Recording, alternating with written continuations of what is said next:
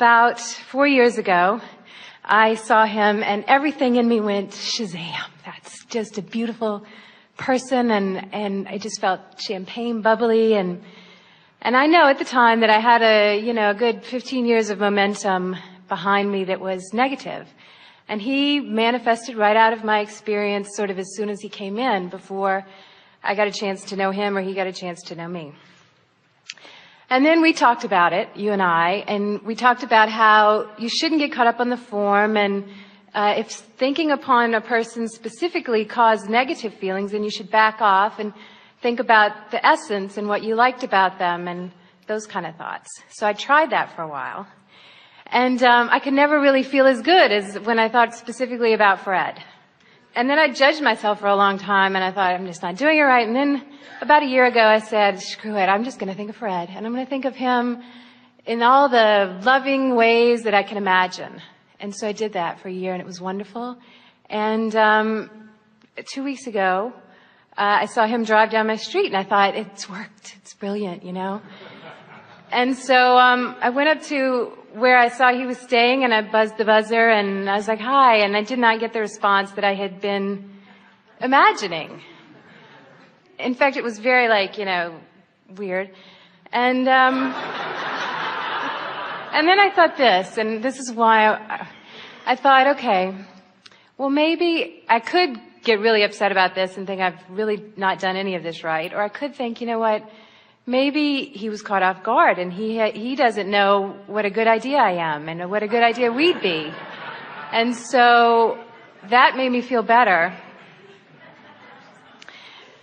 But at the same time, then I thought, well, maybe I'm stopping, the real love of my life because of this specific thing, but I can't let go of the specific thing.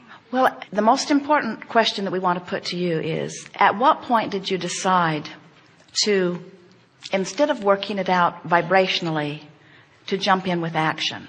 In other words, why was the action so compelling? To go up to the buzzer that day, or? Because you were creating it in thought. Yes. You'd been sort of working it around, and you'd finally found a way to relax. In other words, you've been working on this for a while, and some was not comfortable, and some thoughts were more comfortable, and some thoughts were less comfortable, and some thoughts. But you brought yourself into quite a place of comfort. And as you got yourself into quite a place of comfort, then you began seeing some evidence of your motion forward. And then, rather than letting the stream continue to carry you to the fruition that you're looking for, you must have lost faith in the stream's ability to take you where you wanted to go, and you decided to go ring the buzzer. In other words, so this is just our way of saying to you, you don't have the timing that the universe has. So now you want to say, well, is the universe really taking me to Fred? And we say, if you can trust that the universe knows all the good stuff you got from Fred, and all the good stuff you got from John, and all the good stuff you got from Jim, and all the good stuff you got. If you would accept that you've been sifting through the sands of men for quite a very long time, and that you have created a magnificent relationship of which Fred is a part, but not all-inclusive. In other words, there's stuff that Fred has that's really active and dominant in Fred that is nowhere a vibrational match to what's going on in your vibrational escrow. So meanwhile, the universe knows full well what you want and knows where all of it is and is calling you toward it and giving you evidence that you are focusing well. But all of a sudden, you want to jump in with both feet and with all of your action and go ring Fred's doorbell, and the universe is saying, wrong doorbell, wrong doorbell, wrong doorbell, okay, wrong doorbell. This is the idea on that. I want to go, well, if Fred's not right for me, shouldn't I get to have some experience with Fred and then go, okay, no, thank you, Fred? Why does the universe get to say, Fred's not yours?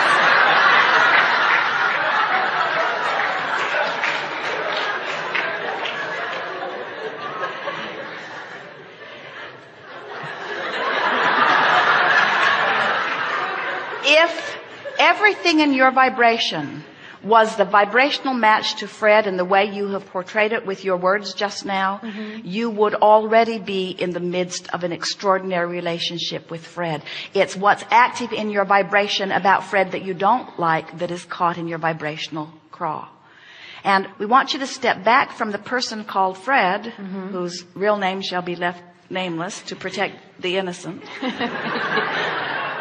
We want you to step back from the specifics of this and just accept that through all of this that you are creating something wonderful. What we're really encouraging you to is more patience and less action for a little while. But there's nothing wrong with the action. In other words, you jumped in with action, you got a rebuff or a response that you don't want, which kind of sets you back a little bit. We're not encouraging you not to go ring the doorbell and take the action because you're doing something wrong and you'll mess up your creation. We are just encouraging you to let the flow carry you a little further until the inspiration to act is so compelling that nothing can keep you from it, because when you respond in action under those conditions, then you don't get the rebuffs. In other words, if you act too soon before the energy's lined up, you almost always get a backlash. And that is the whole point of the art of allowing. The art of allowing is just release the resistance and allow. Releasing resistance and allowing are the same thing. Release the resistance and therefore allow. Release the resistance and therefore allow. Release the resistance and therefore allow. Release the resistance and therefore allow.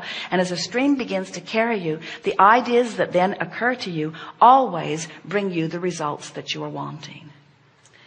It's not possible for you to not get what you're wanting. We're just asking you to look a little further down the road. We just want you to act less and create with your mind more. And you say, but Abraham, I was doing that, and frankly, I just got tired of doing that. And we say, you can't get tired of doing that, because that is the work. Even now, you got to start again from where you are. You rang the doorbell. It didn't turn out well. Now you start again. And you say, it was easier for me before I rang the doorbell. Now I've got that to overcome. And we say, but still you can, but still you can, but still you can. And as you do, more things will come your way. I want to know, I guess, how I do let go, because there's a part of me that's very tired. And not just from this particular person, but of wanting that match. And I want to be able then, if I have to let go of Fred, if Fred can't be in my future for whatever reason. Well, we don't want you to let go of Fred, and we don't want you to let go of the essence of Fred. We don't want you to let go of the idea of Fred. We don't want you to let go of the idea of the relationship. We just want you to let go of the resistance, which means we want you to let go of the need to control Fred. How can you feel when you have let go of the control and you are letting the universe do its work on your behalf? How can you tell? Well, I feel really good, and I feel relief, and I feel comfortable. Whenever thoughts of him come up and I feel comfortable, then I think that then I'm in the stream. I'm okay. I'm letting go. And what kind of thoughts are you thinking, and how do they feel when you know that the opposite of that is happening? When I think, oh God, he'll never like me. It's never going to happen. This is ridiculous. What am I doing? I'm fixated on something. And which of those kinds of thoughts do you think most? Well, in terms of airtime, in other words, yes, percentage-wise, just on a normal day-to-day basis, do you have more positive feelings or negative feelings about the subject of relationship? I have more concern generally about relationship. More concern than? Then, of course it's going to come. Of course Fred will come, or whoever So will you're come. saying that more of the time you are pointed upstream than you are downstream. So that accounts for... More of the time I'm working on it. Do you know what I mean? It's a constant working on with me. All right. So now you've come around to the subject of this discussion. Yes. So is working on it helping? Obviously not. So how does one stop working on a situation? How do you stop doing that? I guess you try to stop thinking about all of it altogether. Well, what you do is you let your desire for relief be more important for now than your desire for Fred. Mm-hmm. Because both of them are in the same direction. Right. And that's why when you say, I'm just weary of this, we say, well, that's a very good sign. Because when you're weary of something, it means that you're getting ready to stop the struggle. You see, we want to convince you that you cannot not get what you want. Right. But you can prolong it by struggling against the current. And so the reason that we're belaboring this with you is because we want everybody to stop for a little bit and identify what are your reasons for pushing against things.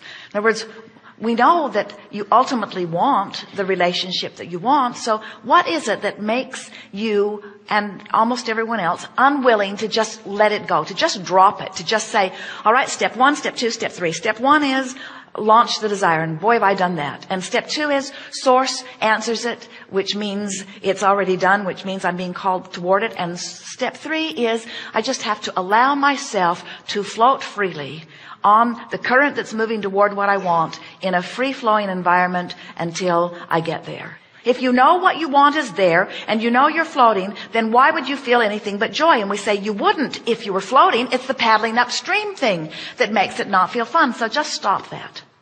We would encourage you to get off the subject for a while, find some other things that are important to you. Don't belabor it. Don't keep working at it. Don't keep up the struggle. Mm-hmm. You see, every subject is really two subjects, what is wanted and lack of it. And it's a fine line when you activate a subject of your desire to activate it with the flow or against the flow. And if your habit is to worry about it, then every time you activate it, you're going to worry about it. So you've got to find some way of disengaging from that need to do something about it. We don't want you to give up on your goal or give up on your desire. In fact, we know you can't. You cannot be less than life has caused you to become. But you can allow yourself to go toward it, or you can keep yourself from going toward it, and you can tell in the moment of the discussion which you are doing. So now, give us some reassuring words that let us know that you are able to release the struggle and go with the flow. I very much want to believe that I can look upon something and say I want that and not get wound up about it and not get tensed about it. I want to be able to create specifically one day. I want to figure out how I can create specifically and be letting go at the same time. That's the question of the day. In fact, it's the question of this workshop. In fact, it's the question of creating. It's the best question we've ever heard. How do I find my place within this? If the universe is orchestrating and if I am deciding through the deciphering, then how do I know when I'm getting in my own way? And we say tension starts to come over you. How do I know when I've gotten out of the way? I start to feel more relaxed. How do I feel when I'm hindering it? I don't trust it. How do I feel when I'm helping it? I feel more trusting. How do I know when I'm going with the flow? It's fun. How do I know when I'm not? It isn't fun. How do I know when I've let go? I feel good. How do I know when I haven't let go? I feel tense. How do I know when I'm free flowing? I feel ease. How do I know when I'm pushing against the current? I feel tense.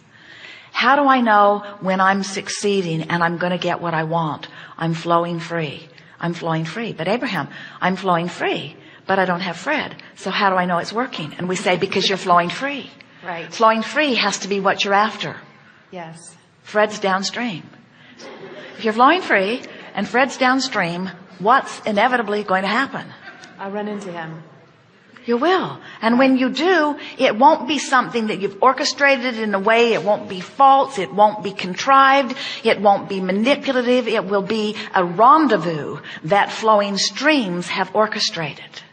And when it happens, and I come into contact, and I recognize and I see through the way that I feel the perfection of this relationship, I won't say, are you Fred? Because it won't matter.